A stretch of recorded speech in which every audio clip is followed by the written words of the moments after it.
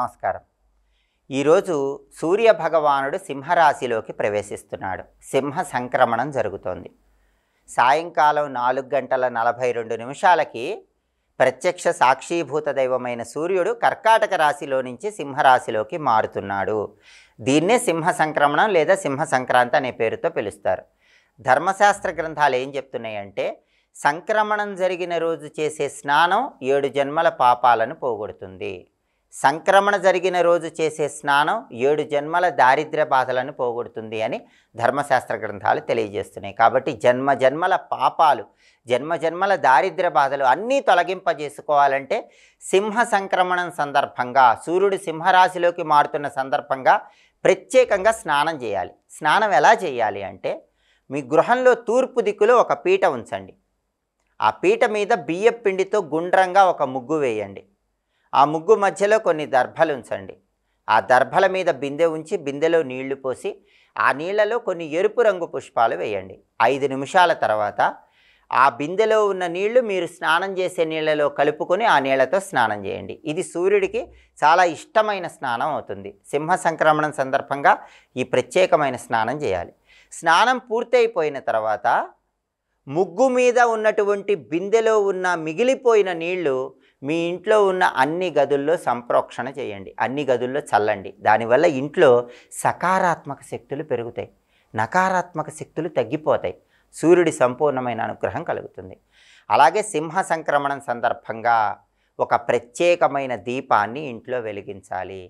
ఆ దీపం కూడా మీ ఇంట్లో హాల్లో తూర్పు దిక్కులో వెలిగించాలి. ఆ దీపాన్ని ద్వాదశ ఆదిత్య దీపం అంటారు. ఆ దీపం ఎలా పెట్టాలంటే, స్నానం చేశాక మీ ఇంట్లో తూర్పు దిక్కులో ఒక పీట ఉంచి ఆ పీట మీద బియ్య పిండితో ముగ్గు వేసి ఒక పెద్ద మట్టి ప్రమిద ఉంచి ఆ మట్టి ప్రమిదలో నువ్వుల నూనె పోసి 12 ఒత్తులు విడిగా వేసి దీపం పెట్టండి. దీన్నే ద్వాదశ ఆదిత్య దీపం అంటారు. తూర్పు దిక్కులో 12 ఒత్తులు విడిగా వేసి ఇలా దీపం పెడితే ఆ 12 ఒత్తులు కూడా సూర్యుడి 12 రూపాలకు సంకేతం, సూర్యుడి 12 పేర్లకు సంకేతం. అందుకే దీన్ని ద్వాదశ ఆదిత్య దీపం అంటారు. ఈ ద్వాదశ ఆదిత్య దీపం సూర్యుడికి చాలా ఇష్టమైన దీపం. అందుకే 12 ఒత్తుల దీపాన్ని సంక్రమణ రోజు ఖచ్చితంగా వెలిగించాలి. సింహ సంక్రమణ సందర్భంగా ఈ దీపం పెట్టి సూర్యుడి సంపూర్ణమైన అనుగ్రహాన్ని పొందండి. అలాగే సంక్రమణ రోజు చేసే స్నానం కూడా జన్మల పాపాలను తొలగింపజేస్తుంది. దాంతోపాటుగా దానం కూడా అంతే ప్రాధాన్యతను కలిగి ఉంటుందని ధర్మశాస్త్ర గ్రంథాల్లో చెప్పారు. దానం ఏమి ఇవ్వాలంటే 1.25 కేజీ గోధుమలు ఎరుపు రంగు వస్త్రంలో మూటగట్టి మధ్యాహ్నం 1 గంట నుంచి 2 గంటల మధ్య ప్రాంతంలో ఎవరైనా బ్రాహ్మణుడికి దానం ఇవ్వాలి. దీన్ని రవిహోర అంటారు. సూర్యుడికి చాలా ఇష్టమైన సమయం కాబట్టి ఈ ప్రత్యేకమైన సమయంలో ఈ గోధుమల దానం ఇవ్వటం ద్వారా కూడా జన్మల పాపాలన్నీ తొలగిపోతాయి. అదేవిధంగా సింహ సంక్రమణం అనేది 12 రాశులలో 4 రాశుల వాళ్ళకి అద్భుతమైనటువంటి యోగాన్ని కలిగింపజేస్తుంది. వాటిలో మొట్టమొదటి రాశి తులారాశి. ఎందుకంటే తులారాశి వాళ్ళకి ఈ సింహ సంక్రమణం లాభస్థానంలో జరిగింది. కాబట్టి నెల రోజుల పాటు తులారాశి వాళ్ళకి ఆర్థిక పరంగా, ఆరోగ్యపరంగా, కుటుంబ పరంగా అద్భుతమైన శుభ ఫలితాలు చేకూరుతాయి. అలాగే సింహ సంక్రమణం వృశ్చిక రాశి వాళ్ళకి దశమంలో 10వ ఇంట్లో జరుగుతోంది. కాబట్టి వృశ్చిక రాశి వాళ్ళకి వృత్తిపరంగా ఈ నెల రోజుల్లో ప్రమోషన్లు వచ్చే అవకాశం బలంగా ఉంది. అలాగే గవర్నమెంట్ ఉద్యోగ ప్రయత్నాలు కూడా వృశ్చిక రాశి వాళ్ళకి విజయవంతమవుతాయి. ప్రభుత్వ సంబంధమైనటువంటి పరీక్షలు రాస్తే వృశ్చిక రాశి వాళ్ళకి నెల రోజుల్లో విజయం చేకూరుతుంది. అదేవిధంగా ఈ సింహ సంక్రమణం అనేది మిథున రాశి వాళ్ళకి విశేషంగా యోగిస్తుంది. మిథున రాశి వాళ్ళకి తృతీయంలో ఈ సింహ సంక్రమణం జరుగుతుంది. కాబట్టి సోదరుల వల్ల ప్రయోజనాలు చేకూరుతాయి, సోదరులతో ఉన్న విభేదాలు తొలగిపోతాయి. అలాగే సింహ సంక్రమణం మీనరాశి వాళ్ళకు కూడా అద్భుతమైన శుభ ఫలితాలను కలిగింపజేస్తుంది.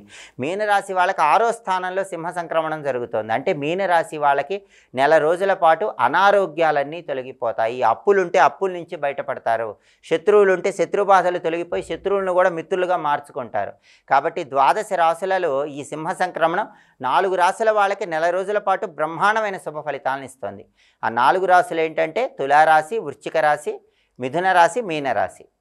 ఈ 4 రాశుల వాళ్ళు తప్ప మిగిలిన 8 రాశుల వాళ్ళు మాత్రం సూర్యుడి అనుగ్రహం కలగటానికి ఈ నెల రోజులు కూడా ప్రతిరోజు సూర్యాష్టకం చదవటం, వినటం ఇలాంటి విధి విధానాలు పాటించండి.